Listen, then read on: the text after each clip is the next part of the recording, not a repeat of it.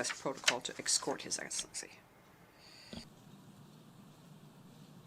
La Asamblea escuchará The Assembly will hear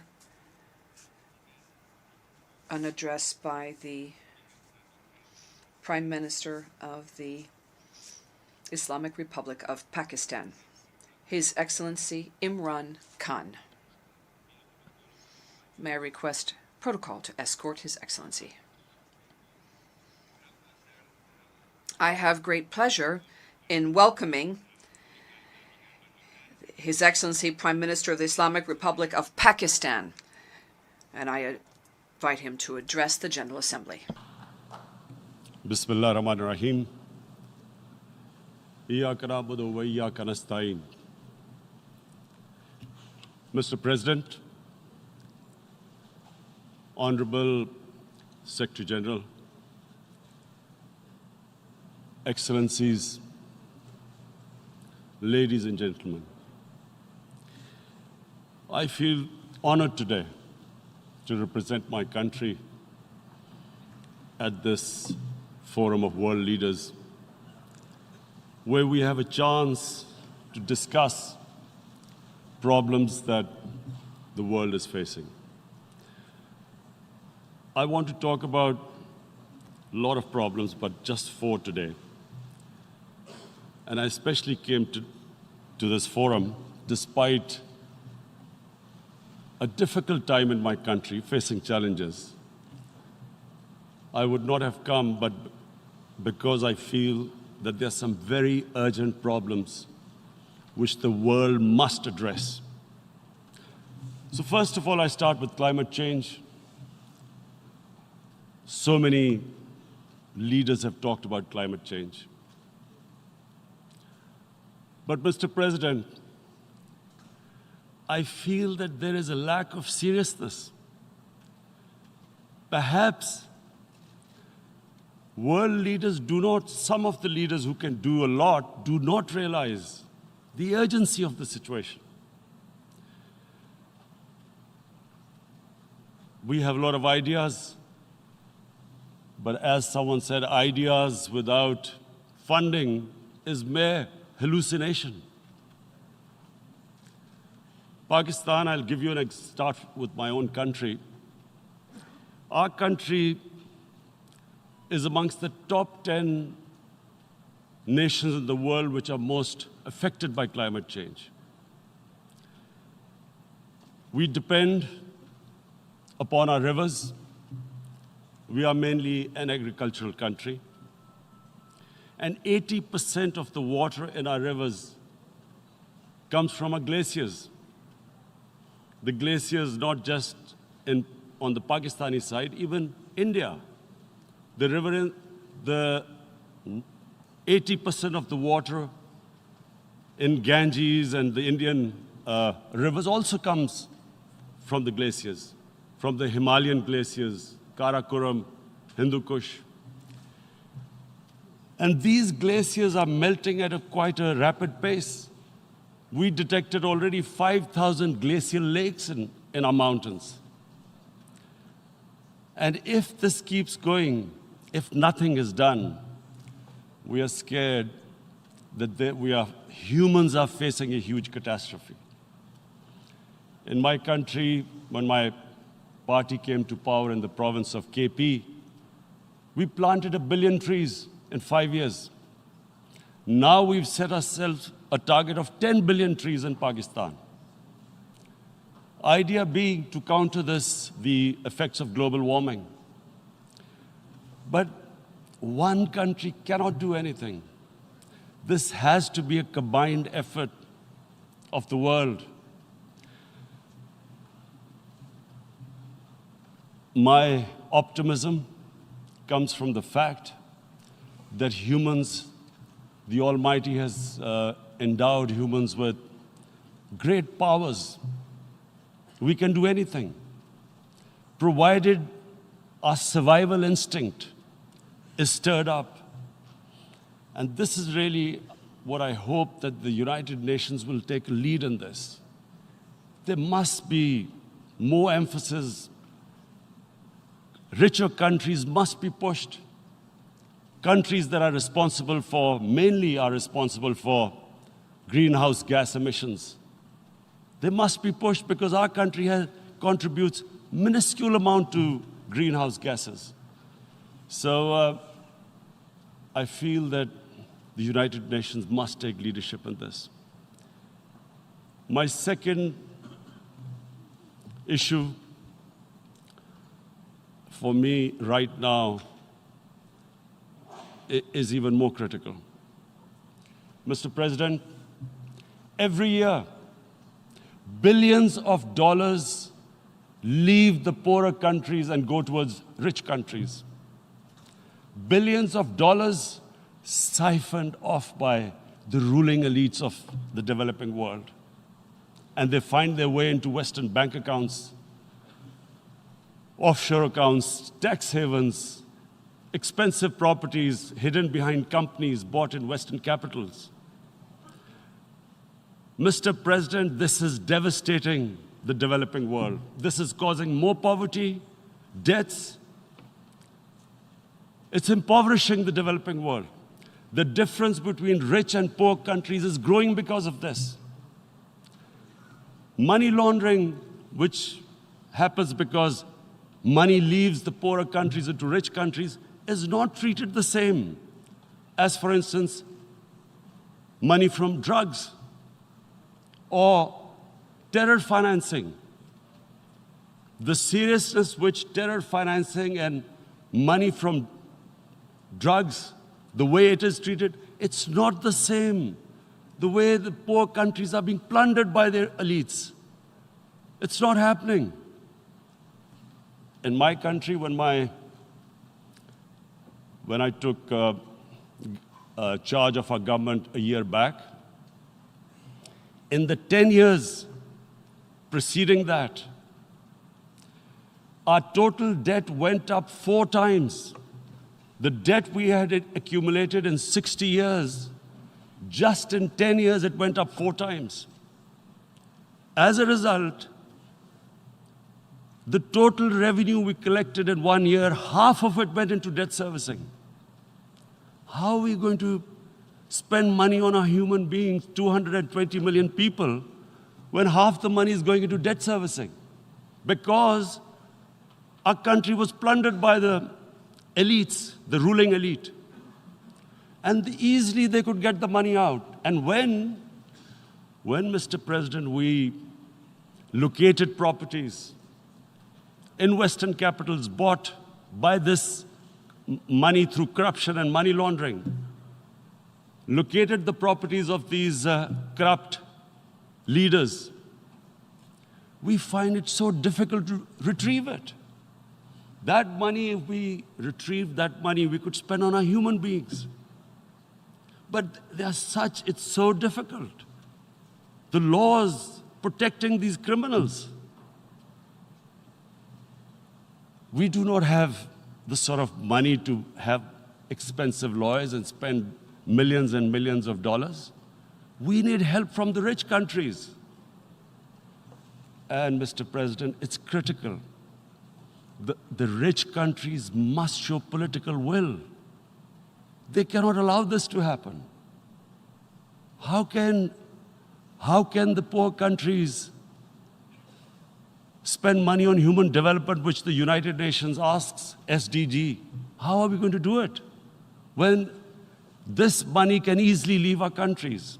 So, unless the rich countries intend to build walls to stop economic refugees coming as we see right now, they must take action.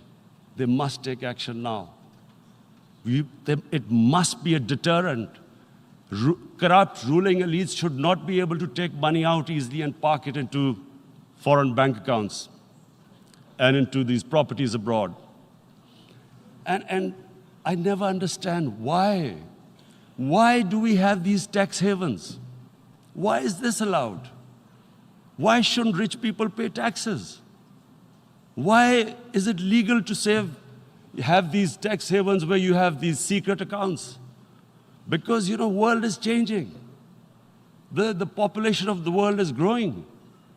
Sooner or later, you're going to have a crisis. If the poor get poorer and the rich get richer, there is going to be a crisis sooner or later.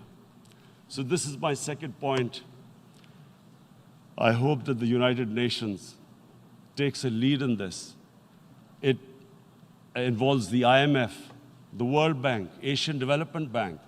They must find a way of stopping this plunder of the developing world. My third point is Islamophobia. There are 1.3 billion Muslims in this world. There are millions of Muslims living in other countries, European countries, and the US as minorities. Islamophobia since 9/11 has grown at a pace where it is alarming. Human communities live together. There should be understanding amongst them. But Islamophobia is creating a division. Muslim women wearing hijab, it's become an issue. It's become an issue in some countries. Hijab is some sort of a weapon. A woman can take off her clothes in countries, but she can't put on more clothes. How is this happening? Because of Islamophobia. And how did this Islamophobia start? After 9/11. And why did it start? Because certain Western leaders equated terrorism with Islam. Islamic terrorism. Radical Islam. What is radical Islam? There is only one Islam. And that is the Islam we follow of Prophet Muhammad sallallahu alaihi wasallam. There is no other Islam.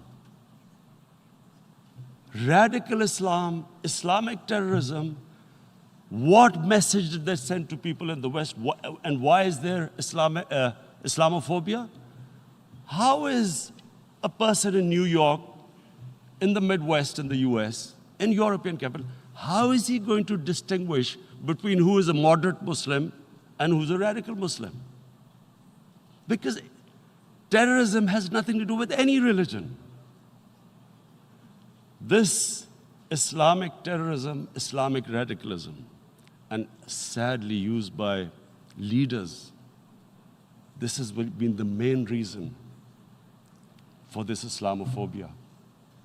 And it has caused pain amongst Muslims. We in Muslim countries watch this Islamophobia traveling abroad, and it's getting worse. And may I just say, Mr. President, that in European countries, it is marginalizing Muslim communities.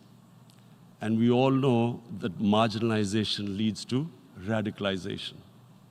Some of the people who ended up as militants in Syria and other places were from marginalized Muslim communities.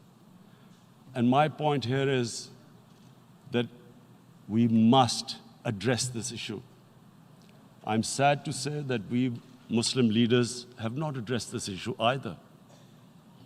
After 9/11, when this thing came about war against radical Islam, rather than Muslim leaders trying to explain to the West that there is no such thing as radical Islam, in all human communities, they are radicals. They're liberals and rest are moderate. All human communities, Christians, Jews, everyone has it. But Islam is not radical, neither Judaism, neither Christianity, neither Hinduism. No religion preaches radicalism. The basis of all religion is compassion and justice, which differentiates us from the animal kingdom. But unfortunately, the Muslim leadership was so scared of being called radical Islam that all of them became moderates. In Pakistan, we were in the eye of the storm, and our government coined a phrase called enlightened moderation. No one knows what it meant, but everyone started putting on Western suits that they were moderates, started speaking. Even those who didn't know English would speak English because they were moderates. No one had a clue what it was. Because we, in the Muslim world, did not explain to the West that there is no such thing as radical Islam. One of the reasons why, after 9/11, Islam was supposed to be equated with terrorism was suicide attacks. Because the 9/11 bombers did a suicide attack, all sorts of theories came up that the Muslims are involved in suicide attacks because they will get virgin in heavens.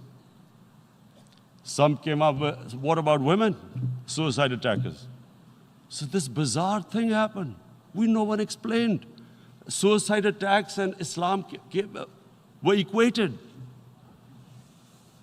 No one did research that before 9/11, the majority of suicide attacks in the world were by Tamil tigers, who were Hindus. No one blamed Hinduism, and quite rightly. What has Hinduism got to do with what desperate people were doing in Sri Lanka? We all know we've seen films about Japanese kamikaze pilots at the end of the Second World War doing suicide attacks. No one blamed the religion. But here we were trying to prove we were moderates and not explaining to the West.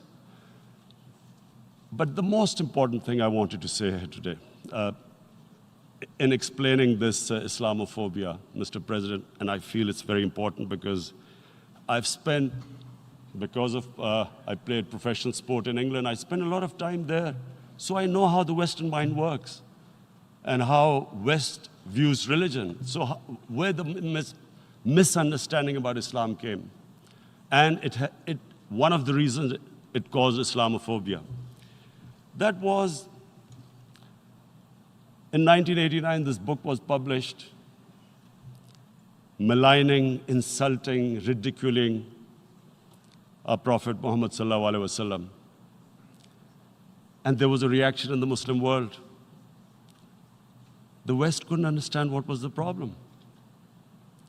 Because in the West, because I have spent so much time in the West, religion is perceived completely differently. They don't look upon religion like we do. And so, Islam was supposed to be an intolerant religion. It was against freedom of expression. And Islam took a real beating 30 years ago. I still remember it became a watershed. And every 2 or 3 years, someone would malign our Prophet, peace be upon him. There would be a reaction by the Muslims. And again, it was Islam, an intolerant religion. Again, this time, I blame a certain section of the people in the West who deliberately provoked this, knowing the impact it would have. But the majority of the people in the West didn't understand. This is where, again, Muslim leadership let the Muslims down. We should have explained to them what our Prophet, peace be upon him, means to us. So in 1 minute, I'll try and explain what he means to us. Our Prophet was the witness to the divine book, the Holy Quran. The Holy Quran is the book of guidance for Muslims, and the Prophet's life was living the Quran. He was an example of what the Quran guided us to be. So he is the ideal we all try to get to. The Prophet created the state of Medina, the first state in Islam. That state was the basis of a Muslim civilization which became the predominant civilization for the next 700 years. And what was that state? I hear such strange things about Islam, that it is against women, it's against minorities. The first state of Islam in Medina, it was the first time a welfare state was set up. The state took responsibility of the weak, widows, orphans, poor people, handicapped. It taxed the rich, spent the money on the poor. The state announced that all human beings are children of Adam, hence equal, whatever the color of their skin. The state announced, the Prophet announced that, and slavery, the whole system depended on slavery as it did for many years in the Western societies. The Prophet said that one of the greatest deeds is to free a slave. But because the society depended on slavery, he said, but if you have to, treat them as an equal member of the family. And as a result, something happened in a Muslim world which hasn't happened in any other civilization. Slave dynasties appeared. Slaves became kings. The Mamluks, slaves who ruled Egypt. In India, there were slave dynasties. And then, with minorities, again, you hear that Islam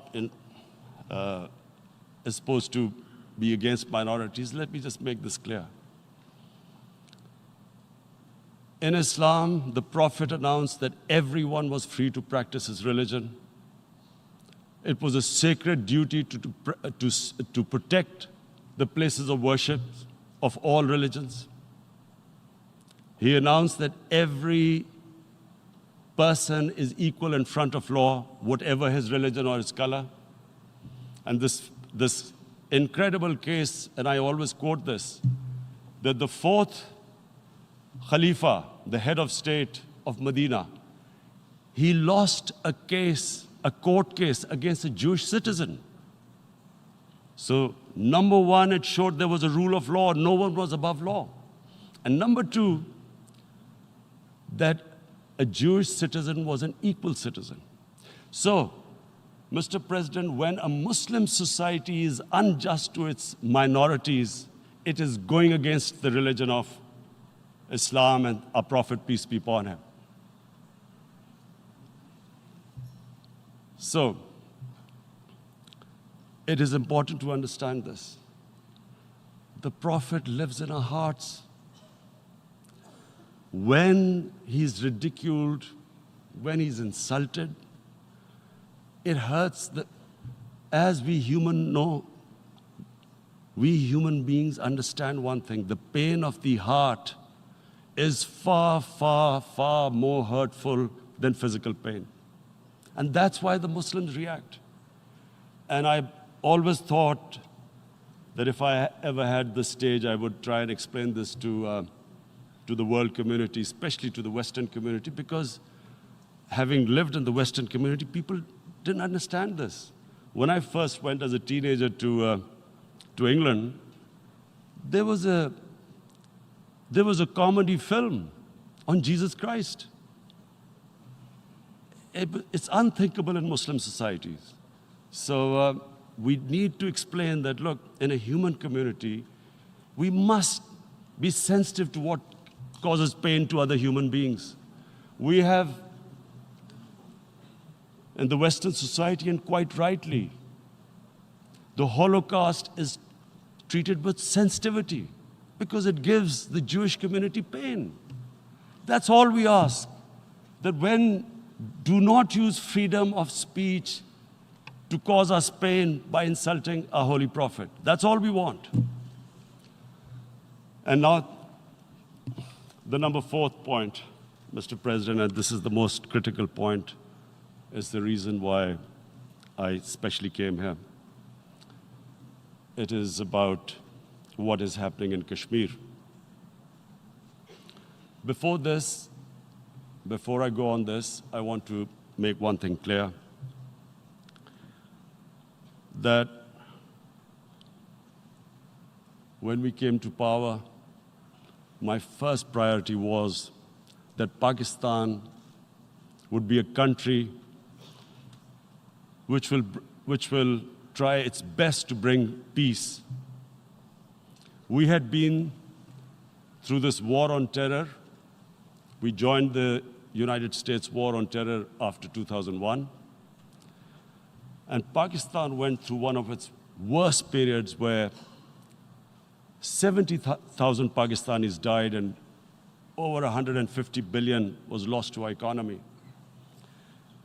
And Mr. President, I oppose the war because in the 80s, Pakistan had joined the Western countries in what was the freedom struggle then in Afghanistan against the Soviets.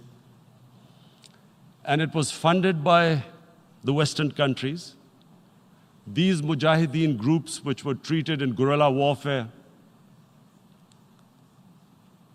were trained by Pakistan Army, funded by the Western countries, and especially US, and they waged what was a freedom struggle in Afghanistan. The Soviets called them terrorists. We called them freedom fighters. 1989,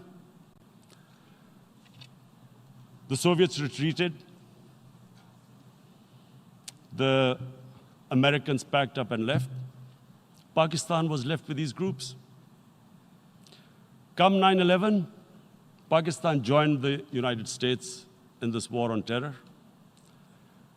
And now our government was supposed to, the reason why I opposed joining this war, because here we had indoctrinated them in jihad, meaning freedom struggle against foreign occupation. Now, because we had joined the US, and the US had occupied Afghanistan, now we were supposed to tell them that, no, this is not freedom struggle and jihad, it's terrorism. So that's why I tried to tell then government that, stay neutral because you will have leverage over them. You will be able to control them. But if you join them, you become collaborators and they will attack you, which is what happened. They turned against us. We went through a nightmare. 70,000 people killed in a war we had nothing to do with. No Pakistani was involved in 9/11. Taliban were in Afghanistan. Al-Qaeda was in Afghanistan. What had we to do with it? 70,000 Pakistanis died. So when we came to power, we decided that we would dismantle what was left of these groups. And this decision was taken not just by us, but by all the political parties in Pakistan. Unfortunately, they didn't implement it. So we came to power, we decided to implement it, and we dismantled whatever was left of the groups. And I know that India keeps accusing us that there are these groups there. I would like the United Nations to send observers, see for themselves what we've done. No Pakistani government would have dared to do this because it would have created strife. But we decided that there would be no militant organizations in Pakistan. So I need to give you this background and to what I'm going to say later on. And secondly, we started mending fences. I invited the Afghan president. We developed a relationship with Afghanistan. We had problems with Iran. We mended fences there. And then India. Now let me just give you a little background about my relationship with India.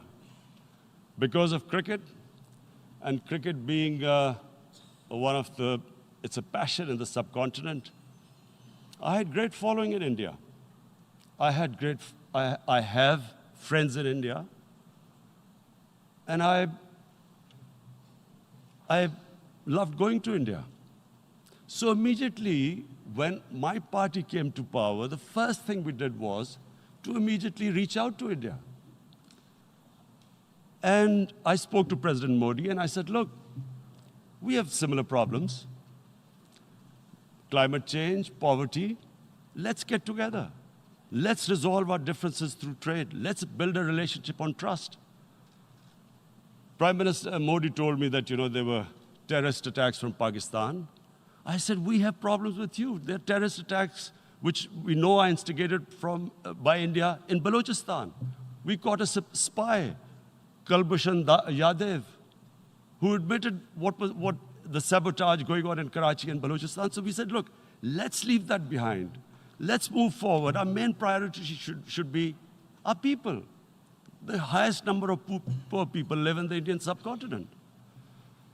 Unfortunately, didn't make any headways. Our foreign ministers were supposed to meet on this in the UNGA last year. India canceled it. We thought that it's their election coming up. It's a nationalist, ultra-nationalist party.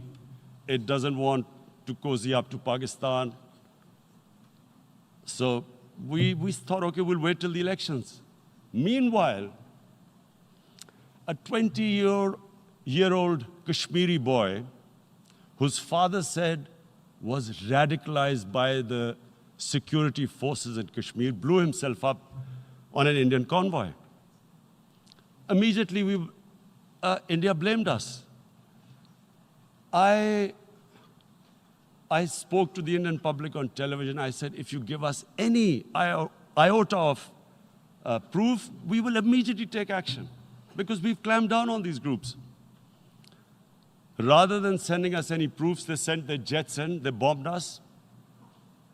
We retaliated. A jet, 2 of their planes were shot down, 1 pilot bailed out in Pakistan. We immediately returned the pilot, saying that, look, we do not want any escalation. Rather than taking that as a peace gesture, the entire campaign, almost the entire campaign of Mr. Modi in the election was how he had taught Pakistan a lesson that jets had killed 350 terrorists.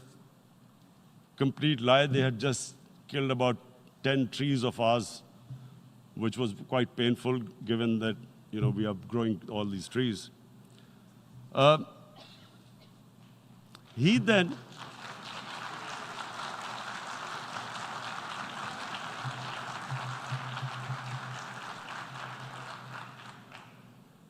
the election campaign, Mr. Modi used words like, this is just a trailer, the movie is about to start. I went into Pakistan and taught them a lesson. This was the election campaign. Okay, so we thought, us politicians make all these statements to win elections. So, okay, after elections, we'll get back to our normal relationship. Well, the moment the elections ended, we approached India, no response, but then we discovered they were trying to push us in the FATF blacklist to bankrupt us. That's when we realized there was an agenda.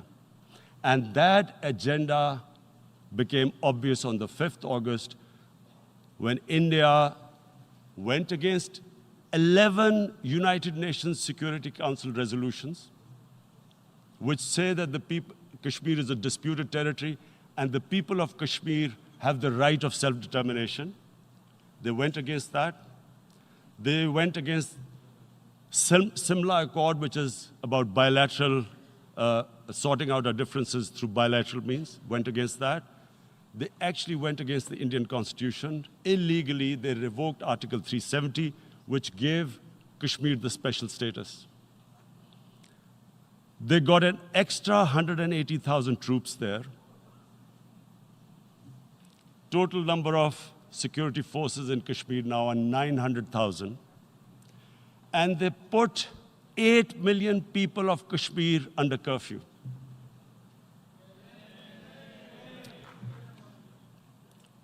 Mr. President, now I just briefly want to make the people understand, how can anyone do something like this? And for that, I have to explain to you what is RSS. RSS, Mr. Narendra Modi is a life member of RSS. RSS was an organization that was inspired by Adolf Hitler and Mussolini, came about in 1925. They believed in racial purity, racial superiority. They also believed they were an Aryan race like the Nazi believed they were an Aryan race. All that I'm saying can be verified. This is the time of information revolution. You can Google all this, what I'm saying. But it is very important for me to explain this to you so you know what is happening in India. This RSS believed in the ethnic cleansing of Muslims from India. At one point, there was racial superiority of the Hindu race. Secondly, it was hatred for the Muslims and for the Christians, because they believed that this golden age of Hindu civilization was stopped because of Muslim rule centuries back and then the British rule of India. So it was racial superiority and hatred for Muslims and Christians. This is openly stated. You look at the founding fathers of RSS, Golwalkar and Savarkar. Just Google them and you'll find out. And this ideology of hate is what murdered the great Mahatma Gandhi in 1948. It was this ideology of hate that made Narendra Modi in 2002 do a pogrom against Muslims in Gujarat when he was the chief minister. He allowed 3 days for these RSS goons who were inspired by the Hitler brown shirts. They actually wear brown shirts. This RSS, the Congress Home Minister gave a statement that in RSS camps, terrorists are being trained. And these terrorists butchered 2,000 Muslims and 150,000 Muslims were made homeless. Narendra Modi could not travel to the US because of that. And I need to make you understand this background before I explain to you that what sort of a mindset would lay siege to 8 million people with 900,000 troops. Women, children, sick people, locked in as animals. In fact, of what I know of England, a lot of noise about it.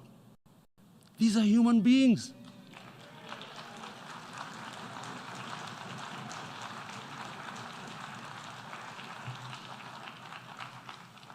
And Mr. President, what comes with racial superiority, these illusions of Aryan superior race, is arrogance. The two go together. And it's arrogance that makes people make mistakes and do stupid things. Cruel things like what Narendra Modi has done. It's sheer arrogance. And it's arrogance that has blinded him from the fact that what is going to happen when the curfew is lifted? Has he thought about it? This hasn't been thought through. What is he going to do when he lifts the curfew? Does he think that people of Kashmir will quietly accept the status quo because India has changed the constitution and taken away the special status? They'll accept that? Mr. President, 100,000 Kashmiris have died in the past 30 years because they were denied the right given by the United Nations, the right for self-determination. 100,000 have died and 11,000 women have been raped. There are 2 human rights, United Nations human rights reports on this. The world hasn't done anything because India is a huge market, 1.2 billion people. Sadly, the material prevails over the human. But this has serious consequences. Again, I repeat, that's why I'm here. Look, what is going to happen when the curfew is lifted will be a bloodbath. The people will come out. There are 900,000 troops there. They haven't come to, as Narendra Modi says, he's done this for prosperity of Kashmir. This is supposed to be for the development. These 900,000 troops, what are they going to do when they come out? There'll be a bloodbath. Has he thought it through what happens then? Mr. President, has anyone thought that what happens when there is a bloodbath? what do you think the impact will have on people of Kashmir? What do you think they will think? The way they have been boxed in their houses, treated like worse than animals, no rights. Thousands of all the political leadership has been arrested, taken out of Kashmir. Even those Kashmiri leaders who were pro-India have been taken out. 13,000 boys have been picked up and taken to God knows which destinations. So what do they think? What will the people of Kashmir do when they lift the curfew? They will be out in the streets. And what will these soldiers do? They will shoot them. They've already used pellet guns, blinded young boys. In the last 6 years, the 5 years, the oppression that has gone on in Kashmir. And so, Kashmiris will be further radicalized. Mr. President, there will be another Pulwama. And guess what? India will blame us. They're already blaming us. They're saying all this is happening because of Pakistan. One of their defense ministers said, there are 500 terrorists lined up on the border to go in. Why would Pakistan send 500 terrorists when there are 900,000 troops? What impact are they going to make? What will they do? And why would? Don't we know that the moment there is some terrorist attack, all that will happen is there'll be further cruelty and oppression of the people of Kashmir. We will just give the 900,000 troops to further crush the people of Kashmir. And then we'll give the Indian government an excuse that, look, Pakistan is a terrorist state, and this mantra that has gone on, Islamic terrorism. The moment you use this catchword, Islamic terrorism, the whole world turns away. No one talks about human rights. You can do whatever you want, which is what has happened in Kashmir, because they keep using this word, Islamic terrorism. And this is what they're doing right now. What do we benefit from further increasing the cruelty on the people of Kashmir? And why would we want this? But there is no other narrative left for India.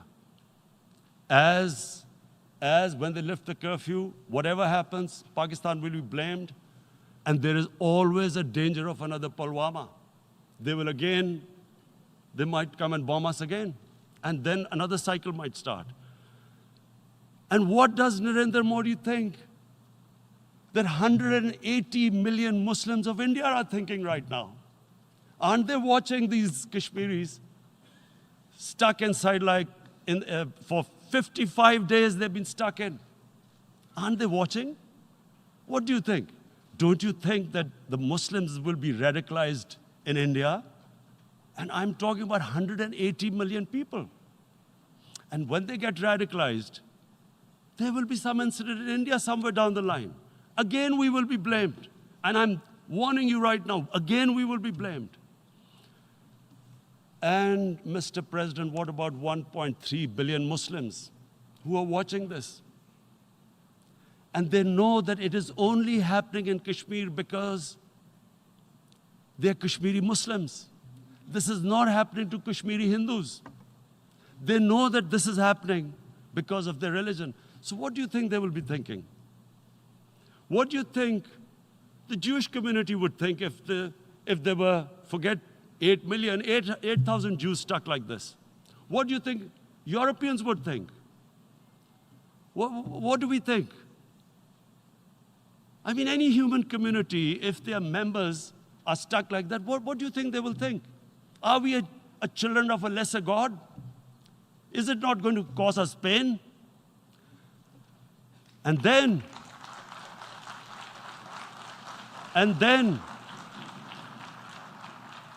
I'll tell you what will happen. People will, in the 1.3 billion Muslims, someone will pick up arms. I know we've been brought up with films, Western films. This good, decent guy doesn't get justice. He decides to pick up a gun and start seeking justice. There was a film made in New York, famous film called Death Wish. This guy gets mugged by and his family, his wife gets killed or something. He can't get justice. He picks up a gun and he goes around shooting muggers. And the whole cinema cheers him on. So what do you think the Muslims are thinking right now? If there is a bloodbath, there will be Muslims becoming radicals, not because of Islam, but because of what they will see, that there's no justice when it comes to Muslims. There were Rohingya Muslims, Myanmar, who are, God knows, almost 1 million people out, ethnic cleansing. What was the response of the world community? So what do you think will be the response of 1.3 billion Muslims? I picture myself. I'm in Kashmir. I've been locked up for 55 days. I have heard about, and there are rapes, Indian Army going into homes, soldiers. Would I want to live this humiliation? Would I want to live like that? I would pick up a gun. You're forcing people. You are forcing people into radicalization. When people lose the will to live, what is there to live for? And this is what, if you can do this to human beings, you are actually radicalizing people. And so, Mr. President, I want to repeat here, this is one of the most critical times. There will be a reaction to this. Pakistan will be blamed. 2 nuclear-armed countries will come face to face like we came in February. And before we head in that direction, the United Nations has a responsibility. This is why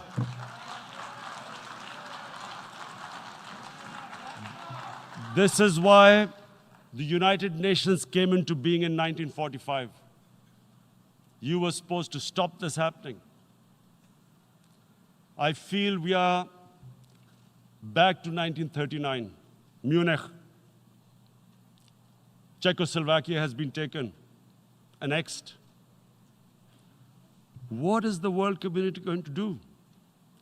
Is it going to appease a market of 1.2 billion, or is it going to stand up for justice and humanity?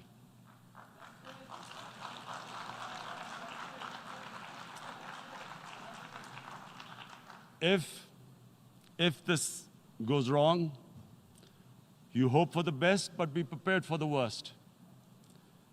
If a conventional war starts between the 2 countries, Mr. President, if a conventional war starts, and anything could happen, but supposing a country 7 times smaller than its neighbor is faced with the choice, either you surrender or you fight for your freedom till death, what will we do? I ask myself this question. And my belief is, la ilaha illallah, there is no God but one. And we will fight. And when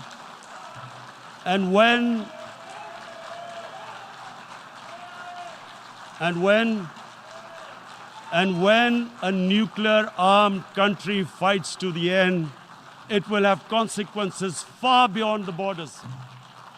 It will have consequences for the world, which is why I repeat I'm here. Because I'm warning you, it's not a threat. It's a fair worry that where are we headed?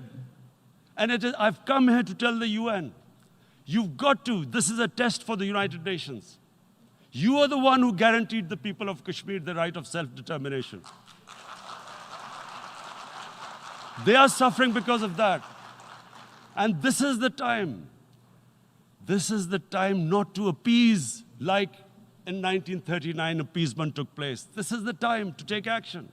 And number 1 action must be that India must lift this inhuman curfew, which has lasted for 55 days.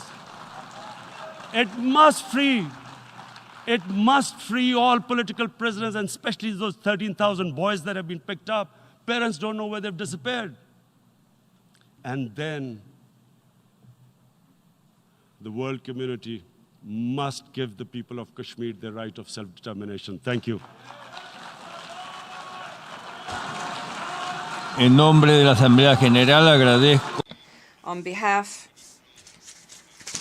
of the General Assembly, I would like to thank His Excellency, the Prime Minister of Pakistan, and I ask protocol to escort His Excellency. La Asamblea escuchará un discurso